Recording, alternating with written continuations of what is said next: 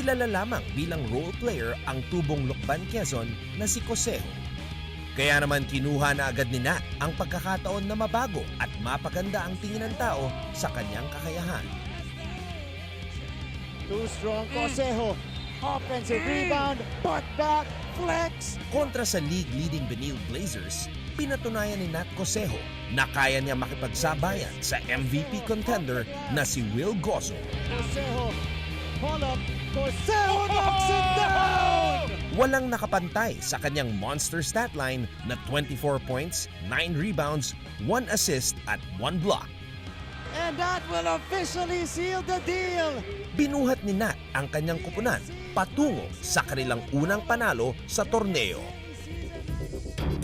From being a virtual unknown to becoming the star of the show, Nat Cosejo of the EAC Generals is our NCAA Power Player of the Week.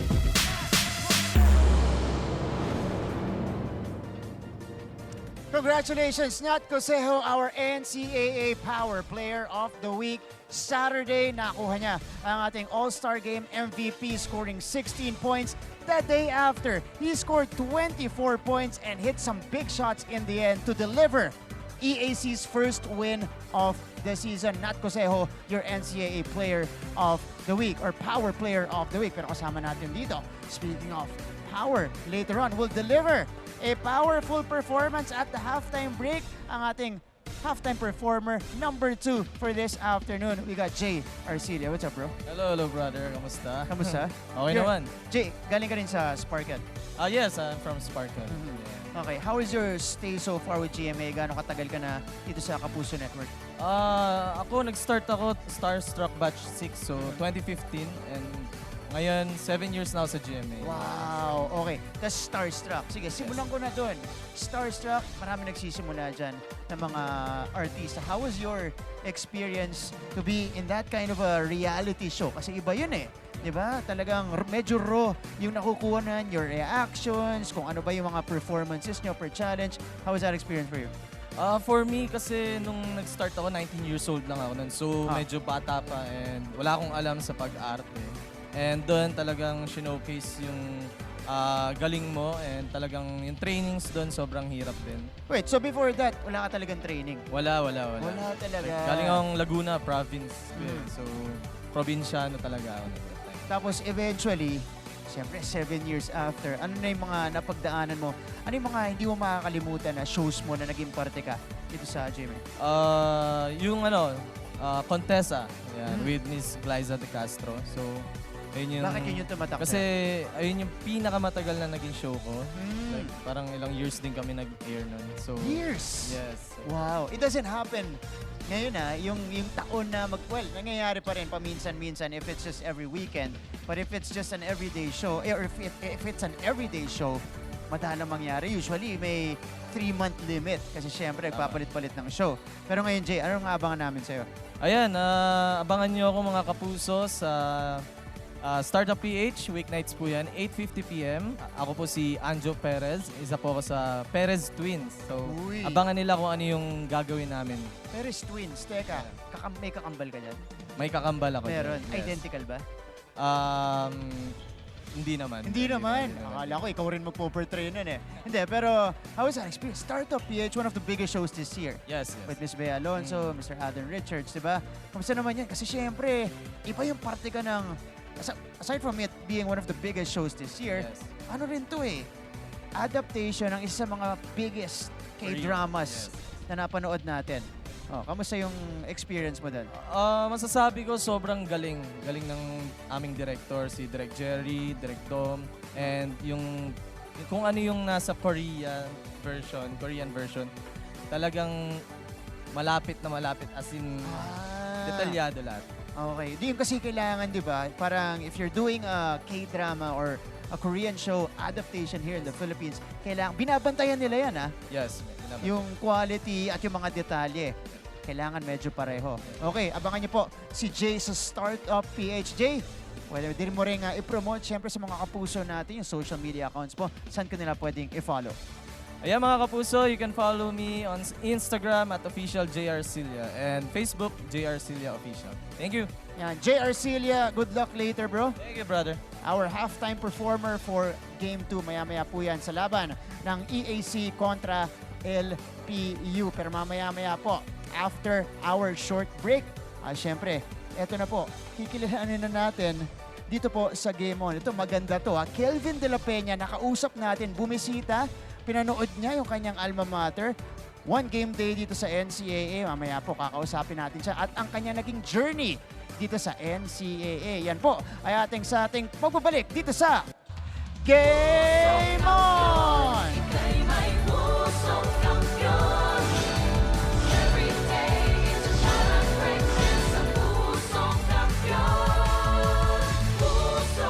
Welcome back to the show, mga Kapuso. You guys are still watching your favorite in-between sports and entertainment show. This is Game On, still joined by Martin Javier here inside the Philoil Eco Oil Center in San Juan City. Nandito rin siyempre, Mr. Anton Rojas, Mr. Pure Business and Pleasure. Anton, susunod natin feature is a former NCAA MVP.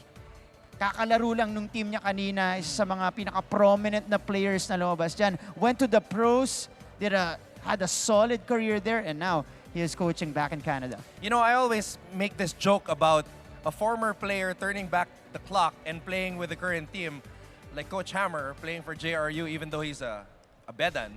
But if you put Kelvin de la Peña on this Mapua University Cardinals team, we're going to be talking very differently about the Mapuans, because this guy was one of the best players we have seen in the history of the league. An MVP, a guy that I wish na naabutan ko. Si Kuya Andre was able to cover Kelvin de la Peña, pero ako hindi ko na siya naabutan.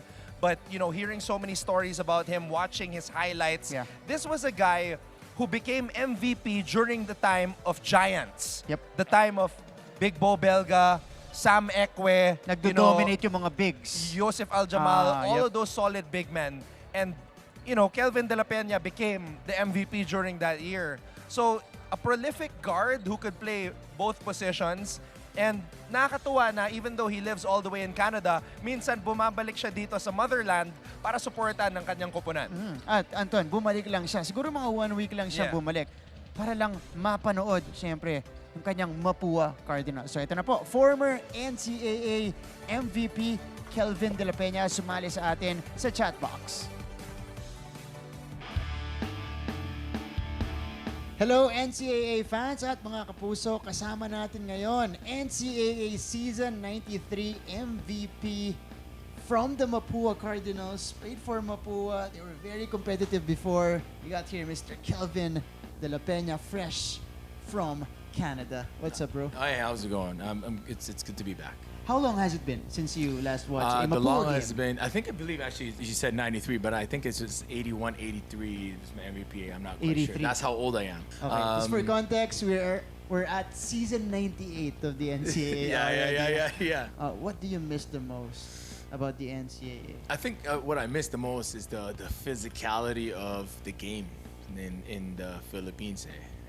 You know, when I retired, naglalaro na ako sa Canada here and there. Medyo, you know, you play for fun, di ba? Obviously, you play for fun. But I think I miss the physicality and the play, the speed and the pace.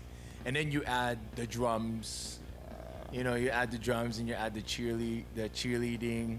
So, yung atmosphere niya talaga is a whole different level. What's an NCAA moment that you won't ever forget? I think playing against Letran. Ooh, Battle of Intra yun. Battle of Intra. I think that's what I miss the most. Pagtapos ng game, makikita mo, after the game, maglalakad-lakad sa Intramuros, you know. So that rivalry was renewed this year alone because season 97 they met in the finals. Where are you watching that though? I imagine you watching and jumping around. I was watching at home, and I was watching at home with my dad. Letran is they always have that extra chip in their shoulder. Right? So, I think na we're there, pero kulang pa, may just one more extra. So, I was cheering at home.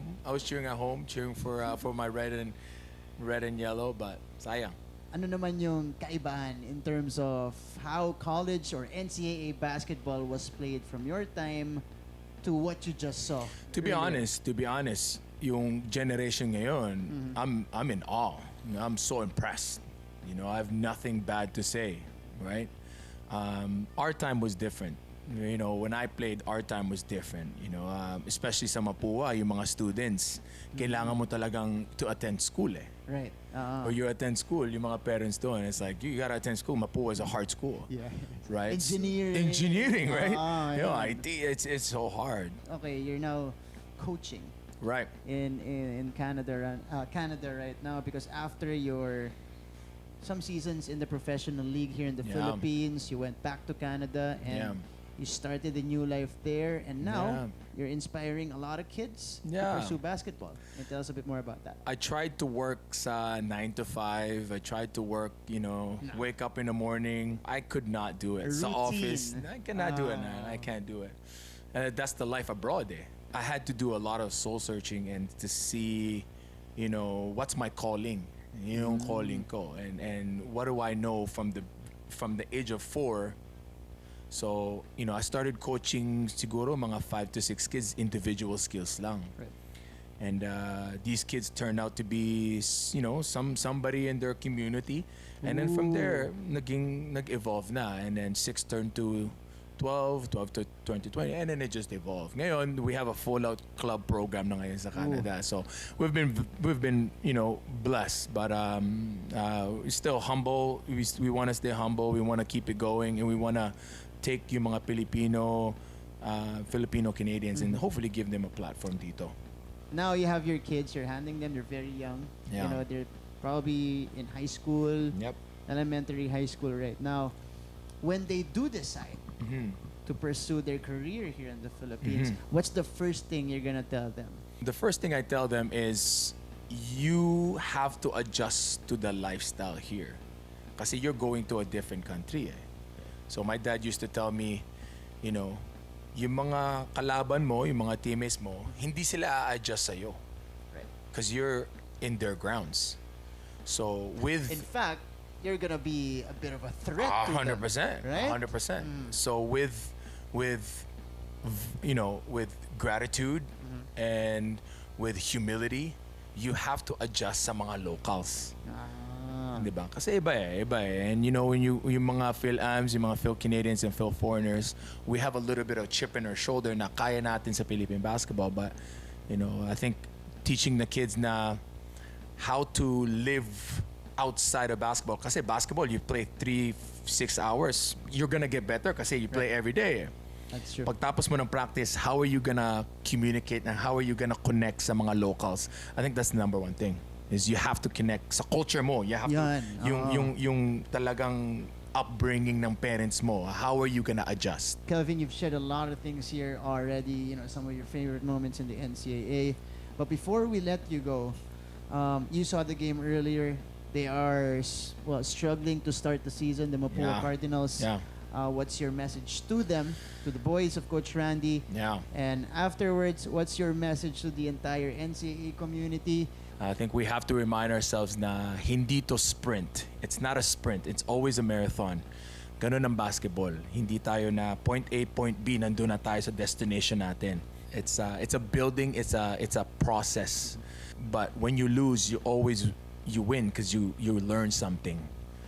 I think you have to trust the process. It's a marathon. My message to the community, to the NCAA community, man, I just want to thank you. Thank you, everybody that supported me all throughout the years, everybody that's watched my games. You know, naglaro ko ng professional. You know, I obviously didn't pan out the way I wanted to, but I look back is NCAA was dear in my heart. It was very, very close to my heart.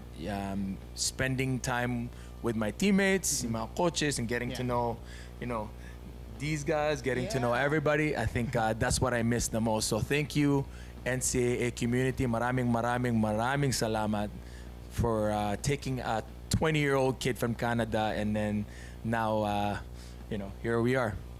And he is inspiring more kids to probably follow his footsteps. Yeah.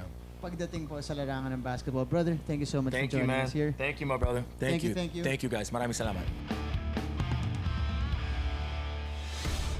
Thanks, Martin. That was an excellent interview. I'm kidding. That was NCAA Season 83 MVP Kelvin de la Peña joining us on chat box. Kita mo naman. You're working hard, bro. Thank You're you, working bro. really hard. Thank you. That's probably the chillest interview I've ever had. Yung mga yung sit down lang, tapos yung boses ko mahinahon lang. Because I'm always usually super animated. But Kelvin is a very chill guy. At naaalala mo siya noon. Oh, I think the reason why you were like that as well is because you knew you were gonna get a lot of wisdom from a guy like Kelvin de la Peña, somebody who, sinabi nga niya, Mapua took a chance on him. 20-year-old kid took a leap of faith coming from Canada, leaving his family, leaving his friends. Hindi madali yun, ha? Napupunta ka dito sa Pilipinas, and then you have to kumbaga, uulitin mo yung buhay mo eh. Correct. Because you have to assimilate yourself to the culture na hindi ka naman sanay. Diba? I mean, you have a Filipino community in Canada, pero iba yung motherland eh. That's right. Iba yung mga may encounter mo na tao dito sa Pilipinas. And, you know, sinabi niya, this is not a sport. This is a process. Yung buhay. And, you know, it doesn't end with basketball. He was a great basketball player, but now he's doing something to affect his community even though he's oceans away. Yeah. Dami rin na-inspire to si Kelvin de la Peña. To be more specific, here in the NCAA alone, di ba? Daming Filipino-Canadian players na pumasok. You're talking about Zachary Nichols. James Forrester, nandyan din. James Kwekute. James Kwekute is Filipino-Canadian. So, kita mo naman yung dinala niya dito. All of his sacrifices, you know, inspiring a generation of players here in the NCAA. At ngayon, yan din po yung kanyang ginagawa sa Canada by coaching kids. I think it's up to 400 to 500 kids already, coaching them and then helping them out, get them started in their basketball careers. Yeah, because you have no idea how many Filipino foreigners who can help a team who are living abroad, diba? And you know, you need those kinds of connections to open up the minds of these kids and let them know that, hey, there is an opportunity to have a life here in the Philippines. Right. Dami. Oo. At hindi lang sa Pilipinas, di ba? Kunwari, makilala sila doon and eventually, it's Canada. NBA is just right there. Yep. So, pwede pa silang umangat doon, you know, compete for Division I schools there, maybe. So, that's the opportunity that he is presenting to those kids. And again, salamat po, Kelvin de la Peña, for dropping by here on Game On sa chat box po natin, taking some time out. It was a busy 1 week for him na nandito siya sa Pilipinas. Thank you so much for squeezing some time. At syempre, sana nag-enjoy ka. Nung nanood ka, kahit medyo hindi naging maganda yung result, lumaban naman yung Mapua noon. But at least, you know, napanood sila ni Kelvin. Pero Anton, next game natin, from the first game earlier that you covered. Sige, happywan natin yan. It was Mapua getting defeated at the hands of the Blazers. The Blazers are back on track. Mapua goes down to 2-9 right now. Okay, sumilip lang ako sa likod. Because I'm expecting a big game today from Mr. Enoch Valdez. Okay, because I think that he was the missing link in their last game against Mapua. Hindi masyadong gumawa ng puntos si Enoch. And we know how important this man is to the LPU Pirates. If he comes up big today, then they have a good chance of winning. Pero itong EAC, ganado eh. Ganado. And may mga revelations sila. You mentioned Baloa during our commercial break. We talked about Ralph Bahon. Grabe yung kanyang inangat, lalo na sa kanyang role ngayon. You're gonna talk about him in the pregame. So a lot of things to look forward to sa side ng EAC Generals. They are rejuvenated. But one guy that we've been talking about all week long, ating power player, Nat Cosejo. Yun. I think that weekend, by the way, that will change his life. Yeah. Like, makikita natin na from role player, this guy is gonna be a vital cog here in the NCAA. One of the best power forwards in the league, Nat Cosejo. It was such a huge springboard for his NCAA career. Yung weekend na niya yun. Yep. MVP leading them to a first win. And now, tignan natin kung ano ba yung may offer niya against LPU. Gusto kong tinignan muna ni Anton yung likod niya para siguradong nakikinig yung Enoch Valdez. Para Nakaupo kasi si Enoch kanina eh. Nakaupo. Ngayon nakatayo na. Nag-warm up Ayan na. na. Very good, Enoch. Hindi, biro lang. Pero yan po yung susunod natin. EAC kontra LPU. I'll be taking care of that game alongside NCAA champion. Ayan, isa pang namamaril. Siyempre. Naku po! Shotgun na yung linabas! Si Burger, Naku, walang burger today. Baril lang. Mabait pala. Sige, Big Bo Belga will be joining me later at the broadcast panel. That's a big shotgun. Hindi RK Ilagan shotgun yun, ha? Bo Belga shotgun. Tapos spread yun, ha? Yung shotgun ni Big Bo. Okay, Ton, thank you so much. Thank you very much, brother. There you go, Mr. Pure Business and Pleasure, Anton Rojas, joining us here in this edition of the show. Pero mga puso, maraming salamat po sa inyong pagsali. Yun sa inyong paboritong in-between sports and entertainment show. This has been Game On!